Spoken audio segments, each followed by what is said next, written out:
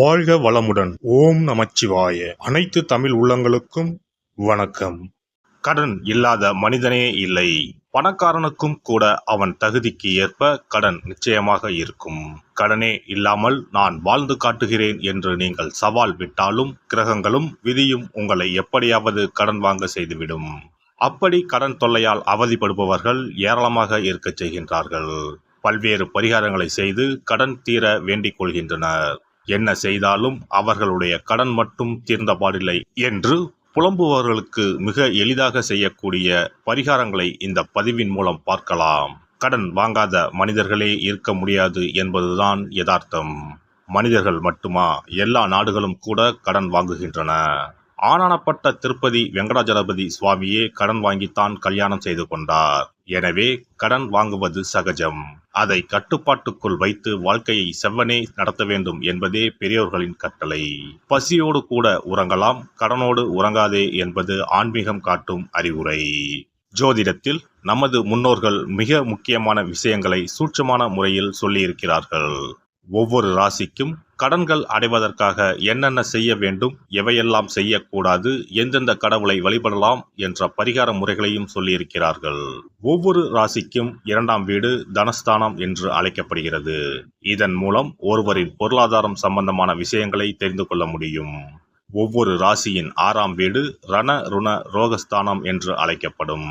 ஒவ்வொருவருடைய மன சம்பந்தமான வலி, உடல் சம்பந்தமான வலி, ஆரோக்கியம், கடன் போன்றவைகளை நாம் 6ஆம் இடத்தின் மூலமாக தெரிந்து கொள்ளலாம். ஒருவருடைய ஜாதகத்தில் 6ஆம் இடத்தில், லக்னத்திற்கு 6ஆம் இடத்தில் எந்த கிரகம் இருந்தால் எந்த மாதிரியான பலன்கள் ஏற்படும் என்பதை பற்றி பார்க்கலாம். 6ஆம் இடத்தில் சூரியன் இருந்தால் வெப்பம் சம்பந்தமான விஷயங்கள், வெப்ப நோய் சம்பந்தமான விஷயங்களும், அரசு சார்ந்த கடன்களும் இருக்கலாம். சந்திரன் இருந்தால் நீர் சம்பந்தமான பிரச்சனைகளும், சீக்கிரமே அடையக்கூடிய கடனும் இருக்கலாம். செவ்வாய் இருந்தால் இரத்தம் சம்பந்தமான பிரச்சனைகளும், பூமி சம்பந்தமான கடனும் இருக்கலாம். இவர்களுக்கு மருத்துவ செலவுகள் அடிக்கடி ஏற்படும். புதன் இருந்தால் நரம்பு சம்பந்தமான பிரச்சனைகளும், பணம் சம்பந்தமான பிரச்சனைகளும் இருக்கலாம். குரு இருந்தால் வயிறு சம்பந்தமான பிரச்சனைகளும், தெய்வ கடன் சம்பந்தமான விஷயங்களும் இருக்கலாம். சுக்கிரன் இருந்தால் மறைவிடங்களில் பிரச்சனைகளும், கொடுக்கல் வாங்கலில் சில சிரமங்களும் இருக்கலாம். சனி இருந்தால் முழங்கால், முழங்கை, இடுப்பு சம்பந்தமான இடங்களில் பிரச்சனைகளும், பூமி சம்பந்தமான இடங்களில் பிரச்சனைகளும் இருக்கலாம். ராகு இருந்தால் முகம் சம்பந்தமான பிரச்சனைகளும், பூர்வீக வழியில் சொத்துக்கள் பிரச்சனைகளும் இருக்கலாம். கேது இருந்தால் ஞாபக மறதி சம்பந்தமான விஷயங்களில் சிறிது இரக்கங்களும், கையிருப்பு சம்பந்தமான பிரச்சனைகளும் ஏற்படும். இனி உங்கள் ராசிக்கான கடன் தொல்லை நீக்கும் வழிபாடுகள் என்ன, ஆன்மீகம் காட்டும் பரிகாரங்கள் என்னென்ன, செல்ல வேண்டிய ஸ்தலம் என்ன என்பதனை பற்றி காண்போம். உங்கள் வாழ்வில் கடன் அடைந்து வளமும் நலமும் செல்வ செழிப்பும் பெற்று வாழ்வில் உயரிய நிலையை அடைய எல்லாம் வல்ல எம்பெருமானை வேண்டி விரும்பி கேட்டுக்கொள்கிறேன். மீனராசி. மீனராசி என்பது காலப்புருஷ தத்துவத்தில் 12வது ராசியாக உள்ளது. மீனராசியின் அதிபதி குரு பகவான். மீனராசிக்காரர்கள் நடுத்தர உயரத்தை கொண்டவர்கள், கம்பீரமாக காட்சியளிப்பவர்கள், பரந்த மனப்பான்மையும் கொண்டவர்கள், எந்த நேரத்திலும் நேர்மையை கடைபிடிப்பவர்கள், நிதானமாக முடிவுகளை எடுப்பீர்கள், மற்றவர்களிடம் எளிதாக பழகக்கூடியவர்கள், யாராலும் இவர்களை சீக்கிரம் புரிந்து கொள்ள முடியாது. பெண்ணாக இருந்தாலும் ஆணாக இருந்தாலும் முன்னெச்சரிக்கையுடன் செயல்படுவார்கள். சிரித்து பேசியபடியே தங்கள் காரியத்தை சுலபமாக சாதித்துக் கொள்வார்கள். அடுத்தவரிடம் கை கட்டி வேலை பார்ப்பதை விட சொந்த தொழிலே அதிகமான மீனராசிக்காரர்கள் செய்வார்கள். மீனராசிக்காரர்கள் பொருளாதார நிலையை பொறுத்தவரை தனம், வாக்கு, குடும்பஸ்தானாதிபதியாக செவ்வாய் பகவான் விளங்குவதால் உங்களுக்கு பொருளாதார நிலை பொறுத்தவரை சுமூகமாக இருக்கும். பணம் சம்பாதிப்பதில் வல்லவர்களாக இருப்பீர்கள். சொத்துக்கள் உங்கள் பெயரில் இருப்பதை விட உடன் இருப்பவர்கள் பெயரில் வாங்கினால் நிலைக்கும். பணம் சம்பந்தப்பட்ட அனைத்து விஷயங்களிலும் உங்கள் பெயரை 2வதாக பயன்படுத்துங்கள். இவர்கள் வளர்பிறையில் திங்கள், வியாழன் ஆகிய நாட்களிலும், தேய்பிறையில் ஞாயிறு, வியாழன் ஆகிய நாட்களிலும் கடன் கொடுப்பதை, வாங்குவதை தவிர்ப்பது நல்லது. கடன் அடைவதற்கான பரிகாரம்: சிவன், முருகன் கோவில்களுக்கு சென்று வழிபாடு செய்து வர நன்மை தரும். கிழக்கு தெற்கு நோக்கி கடனை அடைப்பது நன்மை தரும். ஞாயிறு, செவ்வாய், வியாழன், வெள்ளி ஆகிய கிழமைகளில் கடன் அடைப்பதை தொடங்கினால் சீக்கிரம் கடன் அடையும். மீனராசிக்காரர்கள் கந்த சஷ்டி கவசம் சொல்லி முருகன் வழிபாடு செய்து வருவது மிகுந்த நன்மையை கொடுக்கும்.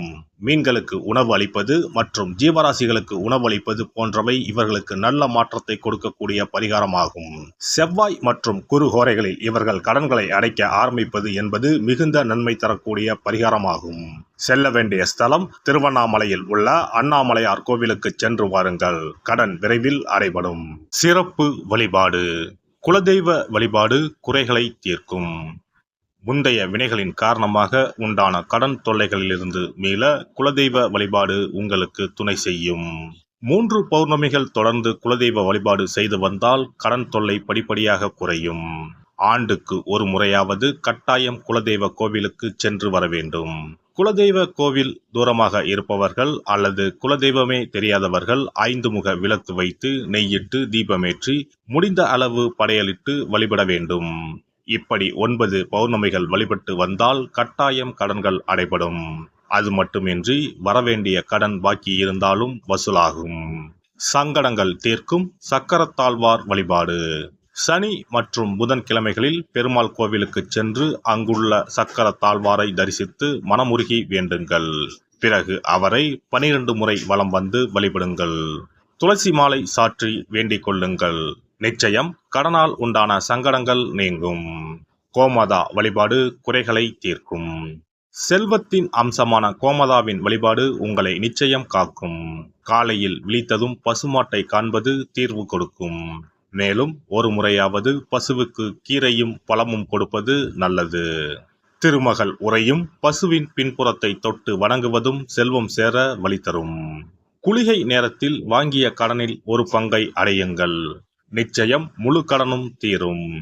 அதுபோல குளிகை நேரத்தில் கடனே வாங்காதீர்கள். அடகு வைத்த நகைகள் வீடு வந்ததும் நன்கு சுத்தம் செய்து மஞ்சள் நீரில் போட்டு பூஜை அறையில் ஒரு நாள் வைத்த பிறகே உபயோகப்படுத்துங்கள். வீட்டை எப்போதும் சுத்தமாகவும் தெய்வ கடாட்சமாகவும் வைத்துக் கொள்ளுங்கள். திருமகள் தங்கும்படி உங்கள் சுற்றமும் செயலும் இருக்கும்படி பார்த்து கொள்ளுங்கள். கடன் தீரும் வரை பூஜை அறையில் மஞ்சள் பொடியால் அக்ஷயம் என்று எழுதி வாருங்கள். தோரண கணபதியை அன்றாடம் விளக்கேற்றி வழிபடுங்கள். சதுர்த்தி நாட்களில் நைவேத்தியம் சமர்ப்பித்து வழிபடுங்கள். நிச்சயம் கடன் தீரும்.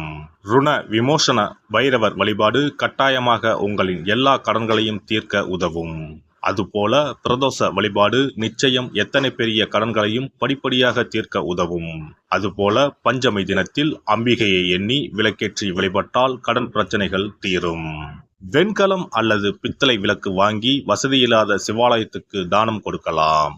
செவ்வாய் பகவானின் திருவருள் இருந்தால் கடன் இல்லாத வாழ்க்கை அமையும். விரய செலவுகள் குறையும்.